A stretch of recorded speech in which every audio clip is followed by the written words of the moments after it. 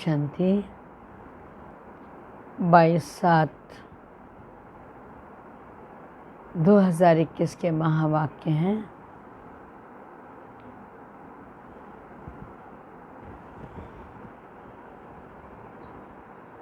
बाबा ने आज कहा, मीठे बच्चे, वृक्षपति बाप ने तुम बच्चों पर बृहस्पति की दशा बिठाई है। अभी तुम अविनाशी सुख की दुनिया में जा रहे हो। प्रश्न है, अविनाशी बृहस्पति की दशा किन बच्चों पर बैठती है? उनकी निशानी क्या होगी? तो बाबा ने कहा, जो बच्चे जीते जी देह के सब संबंधों को त्याग अपने को आत्मा निश्चय करते हैं, ऐसे निश्चय आत्मिक बुद्धि वाले बच्चों पर बृहस्पति की दशा बैठती है।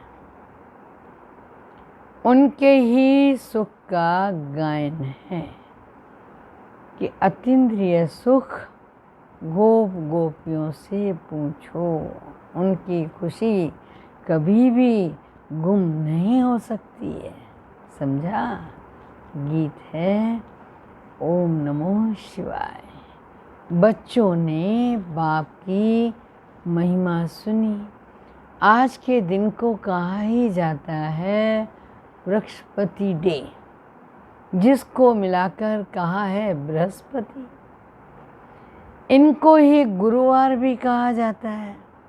न सिर्फ गुरुवार परंतु सतगुरुवार बंगाल में बहुत मानते हैं। गाया जाता है मनुष्य सृष्टि का बीज रूप है कौन? परमात्मा।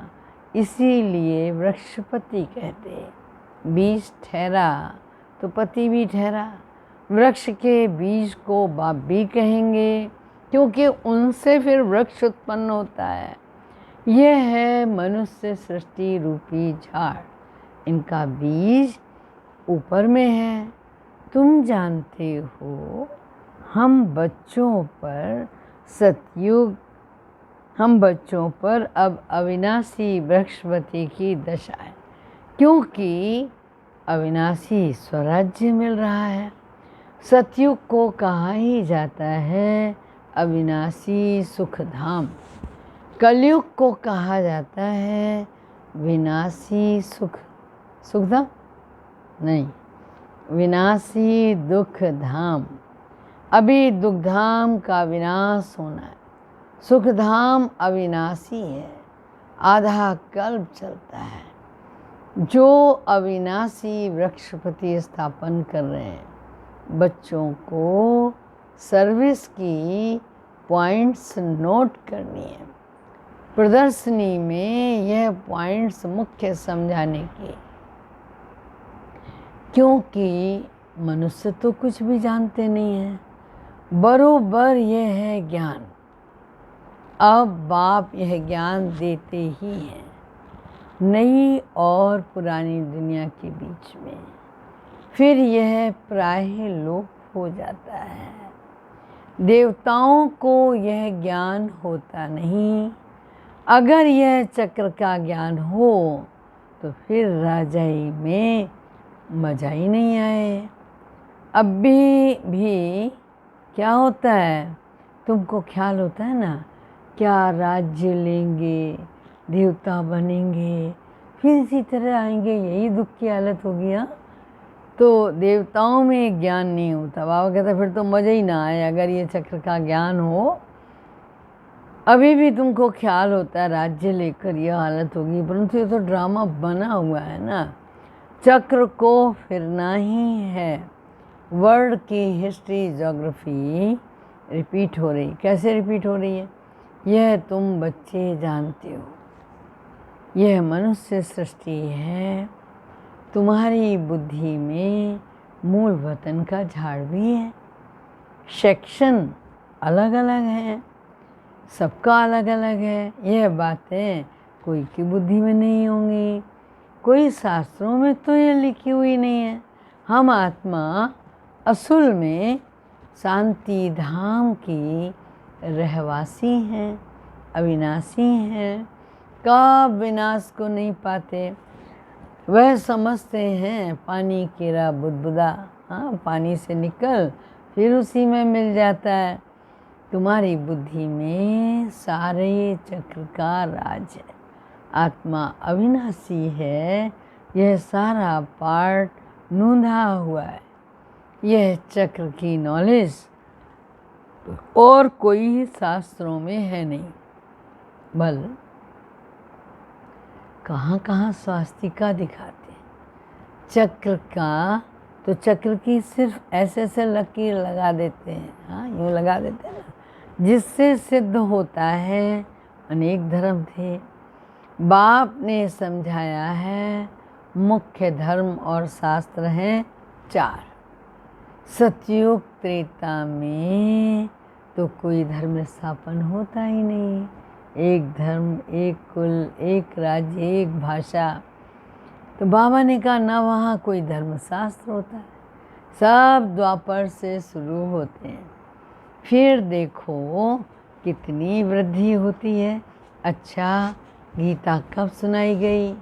बाप कहते हैं क्या, मैं कल्प के संगम युगे ही आता हूँ। उन्होंने फिर कल्प अक्षर निकाल कर संगम युगे युगे लिख दिया। वास्तव में संगम युगे और कोई धर्म स्थापन होता ही नहीं है, कोई करता भी नहीं है। ऐसे नहीं कि त्रेता के अंत में, द्वापर के आदि में संगम पर इस्लामी धर्म स्थापन हुआ, नहीं। कहेंगे द्वापर में यह स्थापन हुआ। यह संगम का सुहावना समय है, जिसको कुंभ कहते हैं। कुंभ रखा गया और कलश से अमृत छलका, हाँ कुंभ संगम को कहा जाता है। यह है आत्मा और परमात्मा के मिलन का संगम। ये रूहानी मेला संगम पर ही होता है। उन्होंने पानी की गंगा का नाम बाला कर दिया। यहाँ किसका संगम है? प्रयाग में गंगा, यमुना और सरस्वती का। उसका भी बड़ा महत्व बताया गया।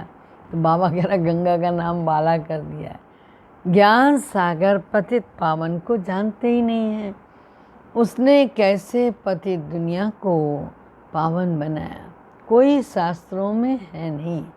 अब तुम बच्चों को बाप कहते हैं माम एकम याद करो, देह के सब धर्मों को त्यागो। किसको कहते हैं? आत्माओं को। इसको कहा जाता है जीते जी मरना।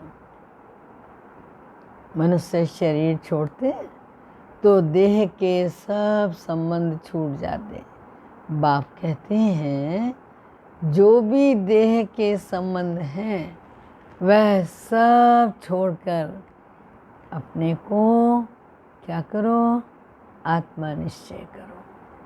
आत्मिक बुद्धि बनो, निश्चयात्मक बुद्धि बनो। हाँ, जितना जास्ती याद करेंगे उतना क्या होगा? बृहस्पति की दशा होगी। जांच करो हम शिव बाबा को कितना याद करते हैं, चेक करना चाहिए ना। याद से ही कट निकलती जाएगी और तुमको खुशी होगी। तुम महसूस कर सकते हो हम आत्मा कितना बाप को याद करते। अगर कम याद करेंगे तो क्या होगा? कट भी कम निकलेगी, खुशी भी कम रहेगी और पद भी कम पाएंगे। आत्मा ही सतो रजो तमो बनती। इस समय का ही गायन है गोप गोपियों के अतीन्द्रिय सुख का। कुछ भी याद नहीं पड़ता सिवाय एक बाप के। जब ये स्थिति हो जाए तब खुशी का पारा चढ़ेगा। और ऐसा एहसास होगा कि हमारे ऊपर बृहस्पति की दशा अथवा सतगुरु की दशा है। फिर कभी कभी खुशी गुम हो जाती है। तो जब गुम हो जाती है तो कहते हैं बृहस्पति की दशा बदली, लगता है राहु की बैठ गई। कोई बहुत साहूकार होते हैं, कोई सट्टा लगाते हैं, ये दिवाला निकला। भारत में ही जब ग्रहण लगता है तो कहते हैं दे दान तो छूटे ग्रहण। तुम्हारा देवी देवता धर्म भी 16 कला संपूर्ण, उनको ग्रहण लगा। राहु की दशा बैठती है, इसलिए देवताओं के आगे जाकर गाते हैं आप तो सर्वगुण संपन्न हैं, हाँ 16 कला संपूर्ण हैं, हम पापी हैं, कपटी हैं। अभी तुम समझते हो राहु का ग्रहण लगने से क्या हुआ, सब काले बन गए हैं। चंद्रमा की पिछाड़ी में जाकर लकीर रहती है। अमावस्या पे क्या रह जाता है, मात्र एक पतली सी रेखा। बाप भी समझाते हैं तुम देवी देवताओं के बीच चित्र हैं, गीत ही आदि सनातन देवी देवता धर्म। हाँ गीता क्या है, आदि सनातन देवी देवता धर्म का धर्मशास्त्र। परंतु यह अपने धर्म को नहीं जानते, रिलीजियस हेड्स की कॉन्फ्रेंस करते हैं। अरे तुम तो वहाँ भी जाकर समझा सकते हो, ईश्वर सर्वव्यापी तो है नहीं, वो तो बेहद का बाप है और बच्चों को आकर वर्षा देते हैं। साधु संत आदि को तो वर्षा मिलता नहीं है, तुम मानेंगे कैसे, तुम बच्चों को ही वर्षा मिलता है। मुख्य बात है ही ये सिद्ध करने की, क्या कि ईश्वर सर्वव्यापी नहीं है। शिव जयंती होती है, शिव जयंती कहो अथवा रुद्र जयंती कहो, रुद्र यह ज्ञान रचते हैं। तो ज्ञान यज्ञ जब रचते हैं तो बाबा ने कहा है तो शिव, वही गीता ज्ञान यज्ञ है जिसमें विनाश ज्वाला प्रज्वलित हुई। प्रैक्टिकल में तुम देखते हो कैसे निराकार बाप ने रुद्र ज्ञान यज्ञ रचा है। साकार में तो कुछ कर न सके, ये बेहद का यज्ञ है। इनमें सारी पुरानी दुनिया स्वाहा होनी, बाकी तो वो सब है जिस्मानी यज्ञ। कितना रात दिन का फर्क है। बाप कहते हैं यह रुद्र ज्ञान यज्ञ है, विनाश भी होना ही है। तुम जब पास हो जाएंगे, पूरा योगी और ज्ञानी बन जाएंगे, तो फिर तुम्हारे लिए नई दुनिया स्वर्ग चाहिए। जरूर नरक का विनाश होगा तब तो स्वर्ग चाहिए। राजस्व अश्वमेघ अक्षर भी ठीक है, घोड़े को स्वाहा करते हैं। अश्वमेघ माना मर्दन होता है अश्व का, तो बाबा ने कहा स्वाहा करते। वास्तव में तुम्हारा ये रथ है। एक दक्ष प्रजापति का भी यज्ञ रचते हैं, उसकी भी कहानी है। वो तो शिव जी से ही पंगा लेने चल दिए थे, महाराज दक्ष जो थे। अब तुम बच्चों को कितनी खुशी होनी चाहिए। हमको वृक्षपति बाप पढ़ा रहे हैं। हमारे ऊपर अब बृहस्पति की दशा है। हमारी अवस्था बहुत अच्छी चाहिए, बहुत अच्छी है। फिर चलते फिरते लिखते क्या कहते हैं, अरे बाबा हम तो मूंझ गए हैं। पहले हम बहुत खुश थे, अब पता नहीं क्या हो गया। कल सुना हमने एक भाई को एक्सीडेंट हो गया, बोला पूरी हड्डी चूर चूर हो गई। मुझे बड़ा खेद हुआ, बहुत अच्छे भाई, ऐसा कैसे हो गया। लेकिन क्या कहें, कार्मिक अकाउंट है, हम लोग उसमें कुछ कर नहीं सकते। कर सकते हैं, दिन दहाड़े टक्कर लग गई। अच्छा, अभी क्या कहेंगे, ड्रामा में ऐसा ही पार्ट था। मगर दुख की अनुभूति तो होती है ना। कई बार लोग मन में सोचने लगते हैं क्या हमारा ही पार्ट ड्रामा में ऐसा है। तो ये सोचने की बात है। बाबा ने कहा, कहते हैं बाबा हम तो मूंझ गए, पहले बहुत खुश थे, अरे आपके बने तो फिर ये हो गया, तो फिर ये हो गया, तो फिर ये हो गया। अरे धीरे धीरे बीमारियां निकलती हैं ना। तो बाबा ने कहा यहाँ आते हैं और यहाँ आकर बाप का बनते हैं, बड़ी यात्रा है। वहाँ तीर्थ यात्राओं पर जाते तो कितने पैसे खर्च करते हैं।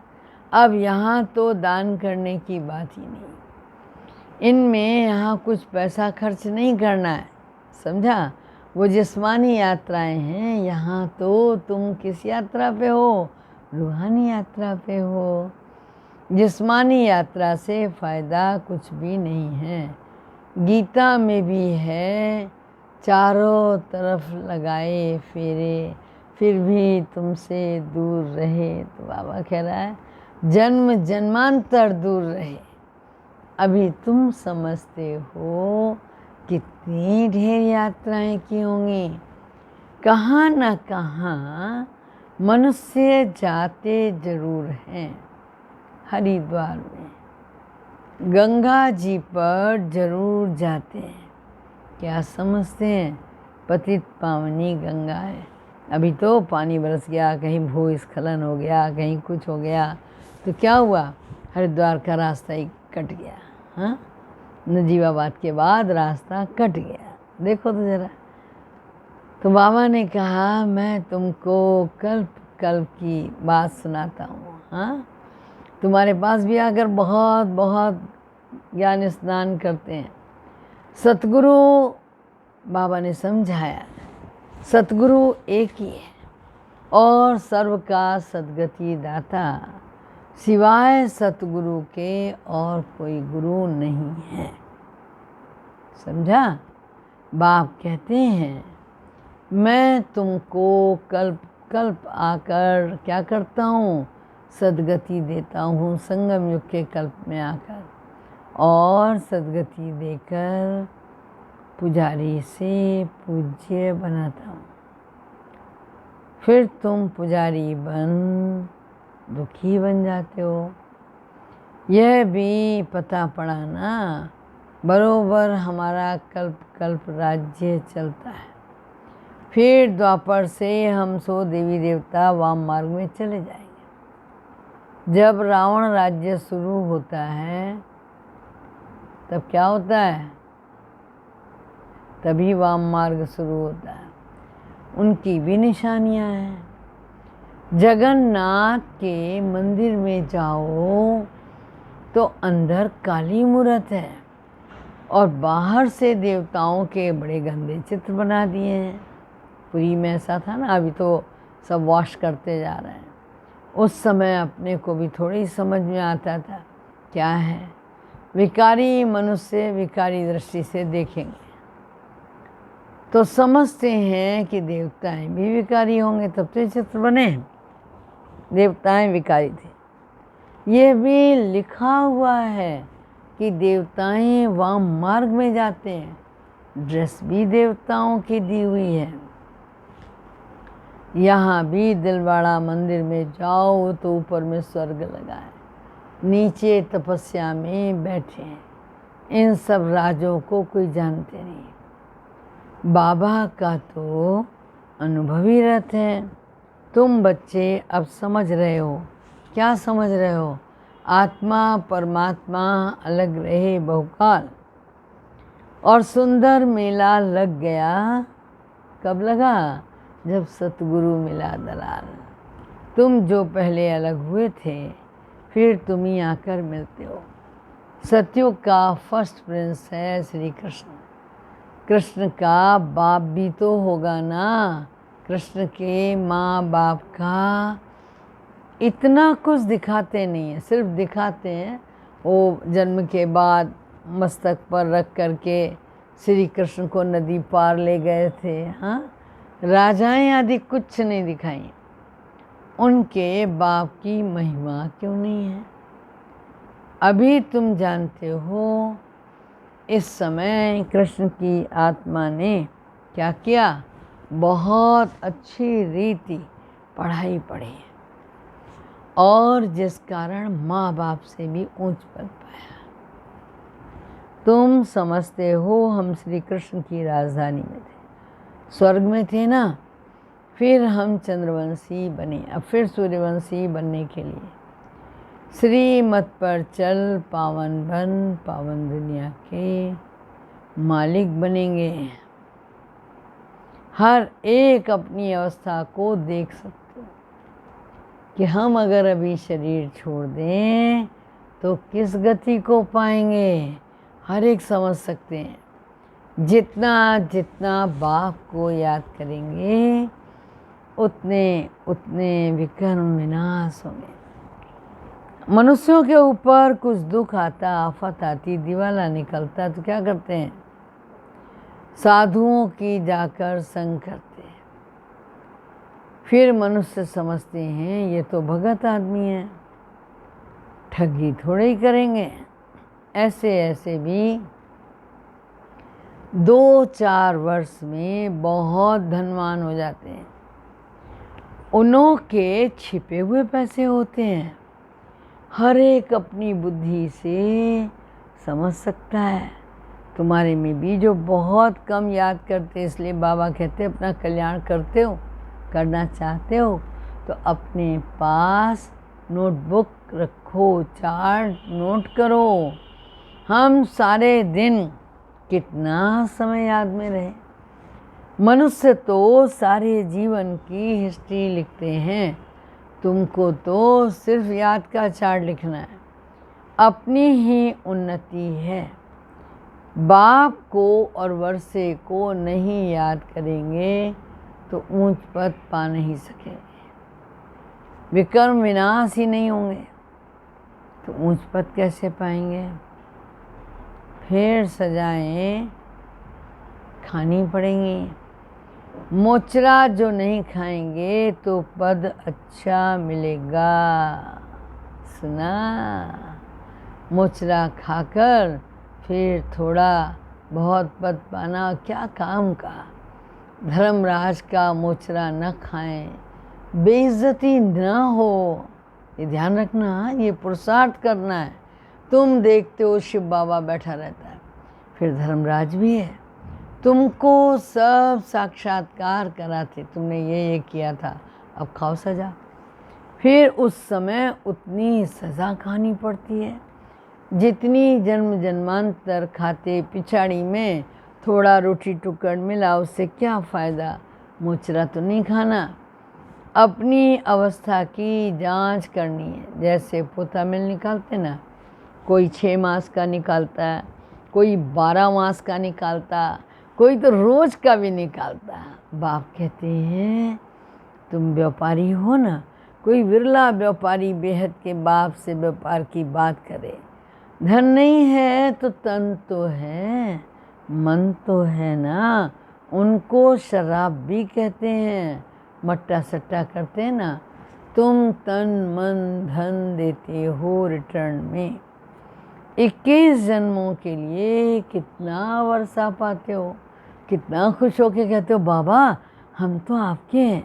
ऐसी युक्ति बताओ जो हमारी आत्मा और शरीर लक्ष्मी नारायण जैसे बन जाएं। बाबा कहते हैं मैं तुमको कितना गोरा बनाता हूँ, अरे एकदम रूप ही बदल देता हूँ। दूसरे जन्म में तुमको फर्स्ट क्लास शरीर मिलेगा। तुम वैकुंठ में भी देखते हो, तुम जानते हो यह मम्मा बाबा फिर लक्ष्मी नारायण बनेंगे। एम ऑब्जेक्ट भी दिखाते ना। अब जो जितना पुरुषार्थ करेगा, अगर पुरुषार्थ नहीं करेंगे तो क्या धम्पा मचाएंगे। हाँ, धम चक्कर मचाने बोलते हैं ना, तो अपना पद ही भ्रष्ट कर लेंगे। अच्छा, मीठे मीठे सिकिल दे बच्चों प्रति माता पिता बाप दादा का याद प्यार, गुड मॉर्निंग। रूहानी बाप की रूहानी बच्चों को नमस्ते नमस्ते। आज धारणा के लिए विशेष मुख्य सार, अपनी अवस्था की जांच करनी है। अपने कल्याण के लिए क्या करना है?